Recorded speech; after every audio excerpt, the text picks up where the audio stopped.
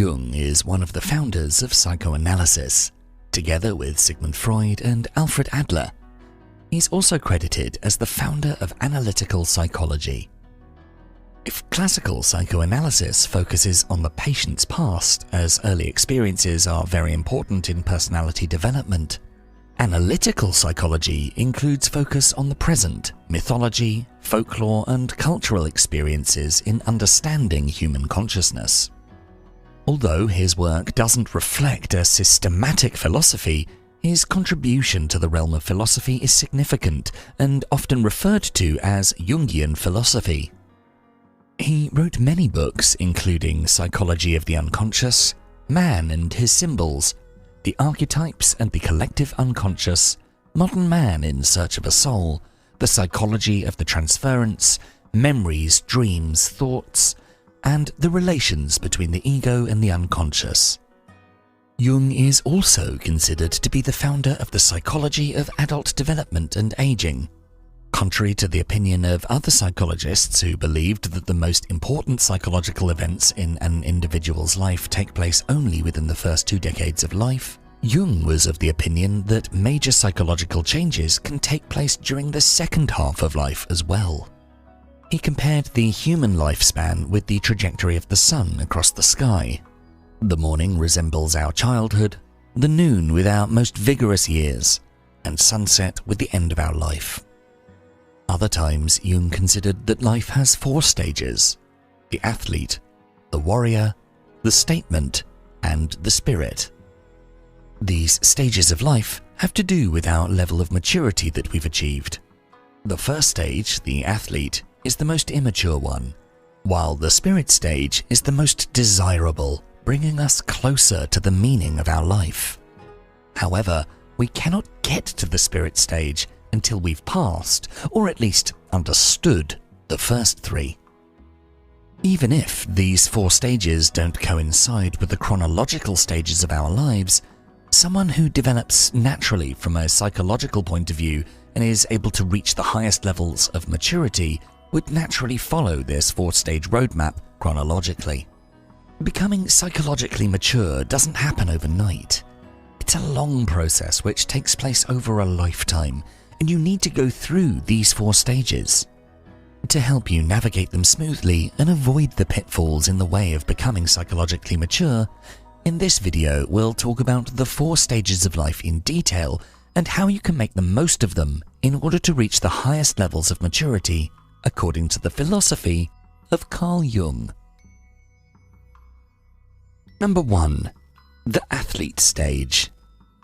Jung said, "It is a remarkable fact that a life lived entirely from the ego is dull not only for the person himself, but for all concerned."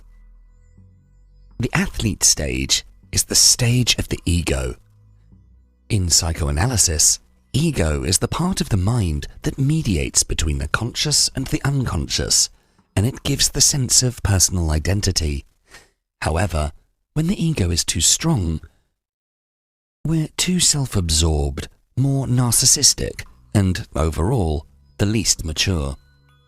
At this stage, we're obsessed with our physical appearance. We're less empathetic towards other people. This stage often coincides with our teenage years or early 20s, although there are many people who live at this stage their entire life. According to Jung, our ego develops progressively in childhood, first as islands of consciousness, then more strongly at puberty. Jung considered that children live mostly in an unconscious state, existing in what he called a participation mystique, a state in which their unconscious is united with the unconscious of their parents. However, from time to time, a sort of awareness comes to life in children, and Jung called these temporary moments islands of consciousness. In Jung's view, puberty marks the moment where our consciousness separates from the ones of our parents. We become more independent both physically and psychologically. Thus, the athlete stage is predominant during the teenage years when we go through fundamental changes. We form ourselves as individuals. We struggle to have an identity, and it's normal to become more self-aware and a bit more egocentric in our desire to create our identity. Adolescence is one of the most difficult periods of our lives, for many the most difficult. What can make it more difficult than usual is when our ego is not developed enough. Although being less egocentric in adulthood is a desired quality in people, in adolescence we need to develop a sufficiently strong ego which will be able to cope with the challenges of adulthood later in life. We need to have a strong sense of identity, but without being too self-absorbed in it. For example, as teenagers, it's common not to feel comfortable in one's own skin. When we think we're too short compared to other people, too fat or too skinny, that our face is full of acne and we're too ashamed to leave the house, or we feel too shy to approach someone of the opposite sex because we don't have enough confidence in ourselves. Even more so, in these teenage years, our peers tend to take every chance to make fun of us, multiplying our suffering. Thus, a weak ego, incapable of fighting back, can cause many problems for us at this stage. To prevent such problems, we need to learn to feel good with ourselves, and one of the best ways is by learning to accept our body and the changes it goes through in this period. One way of doing that is by practicing sports, yoga, dance, jogging, anything that makes us accept our body more. When we perform physical activities, hormones are released, making us feel a sense of euphoria. The popular opinion is that endorphins are those hormones. However, the latest research indicates that it's about endocannabinoids, biochemical substances similar to cannabis but naturally produced by the body. Once arrived in the brain, these hormones reduce anxiety and induce in us a sense of calmness, which is necessary to maintain a good level of self-confidence. Thus, sports are important, and we need to embrace the athlete in ourselves and learn to feel good with our body, not only in adolescence, but throughout our entire life. However, we should also not jump to the other extreme. We need to take the good part from this stage, but not get stuck in egocentrism too much. If we remain at this stage for more than we should, we'd become too self-absorbed, concerned only with our looks, with how other people perceive us. We'll tend to bully others who have less confidence, and will show that we lack any empathy towards others. We need to feel good in our own skin, but not to the point where we think we're the center of the universe. Self-confidence must be in just the right amount in order to be able to move on to the next stage of maturity. Number 2. The warrior stage. To quote Jung, "You are what you do, not what you say you'll do." The warrior stage is the stage of our life when we're developing ourselves, when we're trying to build a career to improve our financial situation, to make a name for ourselves. We're able to take more responsibility, we're more goal-orientated, we have an idea of where we want to end up with our career, and we strive to develop our skills to reach our goals. If we follow the normal course of life, this stage usually coincides with early adulthood. At this stage, we understand what it means to struggle to achieve our goals. We're open to shaping ourselves to become better people. This stage pits the developed ego against the demands of life, which Jung stated can harshly put an end to the dream of childhood. There are times when the transition from a student to a professional takes place smoothly, but there are also times when people have difficulty facing life's challenges. Often it's because we have exaggerated expectations, we underestimate the difficulties ahead of us, we're too optimistic and act without thinking, or we have a negative attitude and don't take enough action. According to Jung, a major aspect which can make us pull back and prevent us from passing through this stage easily is clinging to the earlier stage of childhood. Jung considered that sometimes something in us wishes to remain a child, to be unconscious, to have no responsibility, to focus only on our own ego, and to ignore or reject everything strange, challenging, or that we cannot control. Research by psychologists shows that many people still behave like children in their adult lives. In other words, they're children trapped inside the adults' bodies. We have all seen adults who avoid taking responsibility in life or living off of money inherited from their family instead of making the effort to earn their own money through their own work. To pass this stage, we need to develop the courage to break away from childish behavior and to develop a high dose of realism, to know what we want to achieve in life, to know what skills we need to develop, to pick battles which we can fight, and not to cut corners just to advance faster in life, while all the while losing our moral integrity. For example, consider that you've just graduated from university with a degree in music and a dream of becoming a great opera singer or rock star. However, you suddenly find yourself in the position where you can neither convince a record label to sign you, nor get work as a performer. Eventually, you realize that you've overestimated your skills and pushed yourself into this career just because of a childhood dream. Because you focused on this dream for so long, it's now difficult for you to change your career.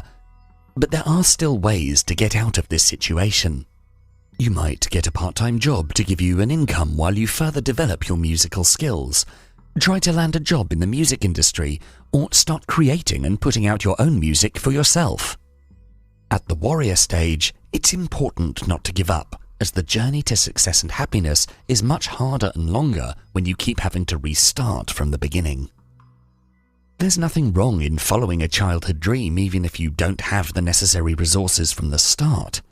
The most important thing is to not feel entitled to the things we want to achieve. It's not enough to feel that we really want something. To accomplish our dreams takes hard work and dedication, and the warrior stage is the time of our life when we need to do the most amount of action to develop our skills and to secure our professional and financial future. The warrior stage doesn't only address our professional life, but our personal lives as well. This is the period of life when we try to find the right partner. We sometimes go from one relationship to another, struggling to understand what kind of person would match best with us and how we should improve ourselves in order to be a good fit for the type of partner we want to be with. The more we work on ourselves to be a good partner, and the more we know what kind of partner to look for, the more smoothly we can navigate this stage. But if we don't work on ourselves to be a good partner for the other, and we come into relationships with very high expectations, this stage can be very difficult to pass. The secret is to continuously work on ourselves, have realistic expectations, and to not expect to receive the love and respect that we personally don't put in. The warrior stage is an important step in reaching maturity and involves perhaps the highest amount of work. When navigated successfully, it can give us significant rewards on many levels. If we take Jung's comparison of human life with the passing of the sun across the sky, the conclusion of this stage is roughly noon, when our mental and physical capabilities reach their maximum point. Number 3. The statement stage. In the words of Jung, where love rules, there is no will to power. The statement stage is the stage where we become more empathetic. We orient ourselves more towards others. The beginning of the third stage coincides with the beginning of the second half of our life. Jung described this moment also as the time when the sun is up in the sky, at noon, when it shines at its brightest. If the first half of life involves a lot of struggling to advance our career, to accomplish our personal goals, the second half of life should focus more on familial relations, on what legacy we leave behind, and on spiritual aspirations. This stage coincides with the period of our life when we typically start to build a family, when we begin to work to make a better life for our children, rather than thinking about ourselves as individuals. Overall, we take other people's needs more into consideration. It's a stage oriented more towards love than towards personal power. During this stage, a slow change can be seen in our character. Some characteristics disappear, and other, old characteristics from childhood can reappear. Even changes with respect to gender identity can take place. Men now develop more feminine traits, and women develop more masculine traits, both in our psychology and our physiognomy. Such a change can be dramatic, taking the shape of the so-called midlife crisis for many of us. The more we are self-absorbed in our personal goals to strive to advance our career and ignore our relationships with other people, the more intense our midlife crisis will likely be. Or there are many cases in which people remain stuck in the warrior stage for the rest of their life because they don't understand the importance of cultivating meaningful relationships with other people, or the importance of building a family or building a legacy that can last after your death. It is important to understand at this stage that if you have a successful career that you take a lot of pride in, but as a result you don't have close friends or family, and you haven't built a family, if you die tomorrow, sure, some colleagues may be saddened at the news of your death, but soon after you'll be replaced at your workplace, and your memory will fade away to nothing. If you really wish to leave your mark on this world, to leave a legacy behind you, your opportunities will be severely limited if you're solely focused on yourself and your career trajectory.